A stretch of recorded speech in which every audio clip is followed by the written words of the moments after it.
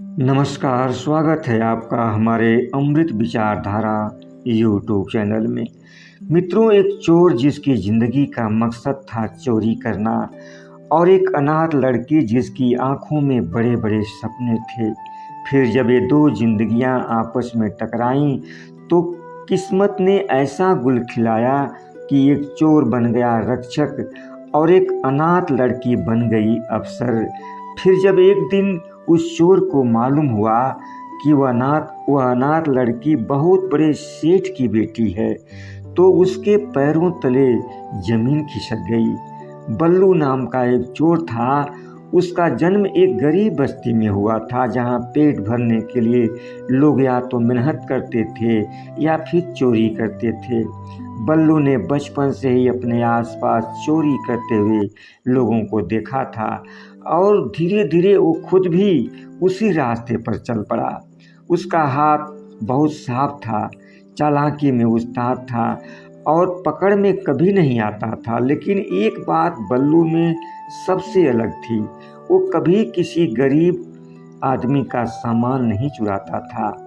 एक रात जब बल्लू अमीरों की बस्ती में चोरी करने गया तो उसे एक सुनसान हवेली में एक लड़की रोती हुई मिली।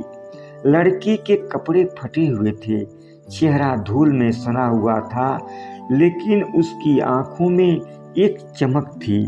बल्लू उस अनाथ लड़की को अपने घर लाया। उसने उस लड़की से पूछा, तुम्हारा नाम क्या है? तुम्हारे माता पिता कौन हैं? लड़की ने कहा, मुझे नहीं पता मैं कौन हूँ, मेरे माँ बाप कौन हैं, मुझे अपने बारे में कुछ भी याद नहीं है। बल्लू समझ गया कि शायद किसी सदमे की वजह से इस लड़की की याददाश्त चली गई है। कुछ दिन के बाद उस लड़की ने बल्लू से कहा, मैं पढ़ना चाहती हूँ और पढ़ लिख करके कुछ बनना चाहती हूँ। लड़की की बात सुनकर बल्लू को जैसे जीने का मकसद मिल गया। बल्लू को ऐसा महसूस हुआ जैसे पहली बार किसी ने उसके भीतर के इंसान को छुआ हो। वो लड़की अनाथ थी या नहीं, उसे नहीं पता था, लेकिन उसका सपना बल्लू को चुभ गया। बल्लू ने उसी दिन चोरी करना छोड़ दिया। उसने मेहनत मजदूरी करनी शुरू की, रिक्शा चलाना शुरू किया और उस लड़की को, जिसे वो अन्नू कहने लगा था, उसे स्कूल भेजने लगा। उसने उसे खूब पढ़ाया, किताबें ला कर दी और अन्नू ने भी खूब मेहनत की, खूब मेहनत से पढ़ाई की। वक्त गुजरता गया, अन्नू पढ़ाई में हमेशा अव्वल रही।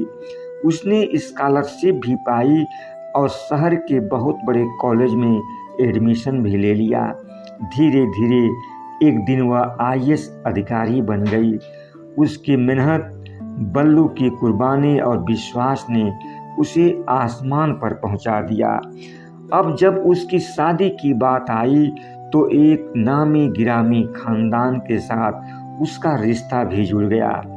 बल्लू ने आंसू भरे दिल से उससे विदा किया। अन्नू भी बहुत भावुक थी। बल्लू ही उसका सब कुछ था, एक पिता, एक गुरु और एक रक्षक, सब कुछ। शादी के कुछ महीनों बाद अन्नू को अपने बचपन से जुड़ी हुई कुछ यादें याद आने लगी। एक बड़ा बंगला, माँ की ममता, पिता की आवाज़। उसने अपने दस्तावेज सरकारी दफ्तर में जाकर निकलवाए तो वह हैरान रह गई। वह तो एक बहुत बड़े सेठ धर्मदास मेहरा की बेटी थी, जिसे बचपन में किसी ने अगवा कर लिया था और फिर लावारिस हालत में छोड़ दिया था। जब अन्नू ने बल्लू को ये बात बताई तो बल्लू का चेहरा उतर गया। बल्लू ने कहा, मुझे ये सब कुछ पहले से ही मालूम था। बल्लू ने कहा, जिस रात मैंने तुम्हें हवेली में रोते हुए पाया था, उस वक्त तुम्हारे गले में एक लॉकेट भी था। उस लॉकेट पर तुम्हारे पिता का नाम भी लिखा था और तुम्हारा नाम अन्नू भी लिखा था। अन्नू ने कहा, तो तुमने मुझे मेरे माता पिता को क्यों नहीं लौटाया? अन्नू ने सवाल किया। बल्लू की आंखों में आंसू बह निकले। बल्लू ने कहा, क्योंकि मैं डर गया था।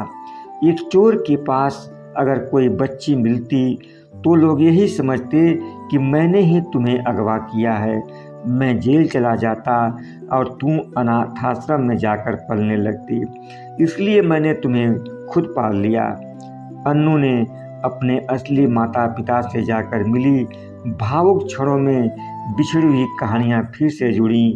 लेकिन जब उसने अपने पिता से बल्लू के बारे में बताया तो सेठ धर्मदास ने सब कुछ सुन करके कहा, जिसने भी मेरी बेटी को मेरी तरह नहीं बल्कि मुझसे भी बेहतर तरीके से पाला है वो चोर नहीं हो सकता, वो भगवान का ही कोई रूप होगा।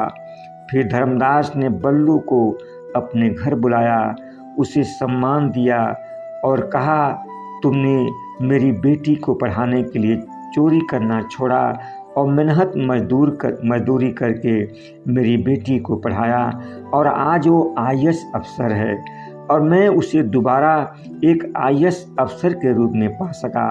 ये सब कुछ तुम्हारे ही कारण हुआ है। तुम मेरे लिए एक फरिश्ते से भी बढ़कर हो। मैं तुमसे बहुत खुश हूँ, तुम जो चाहो मुझसे मांग लो। बल्लू ने हाथ जोड़कर कहा, मुझे कुछ नहीं चाहिए साहब, बस मेरी एक ही इच्छा है कि जब भी अन्नू किसी को सजा दे या किसी के हक में फैसला करे तो हमेशा एक बात याद रखे कि उसके फैसले से किसी की ज़िंदगी बदल सकती है, जैसे मेरी बदल गई। इस कहानी से हमें 4 सीख मिलती है।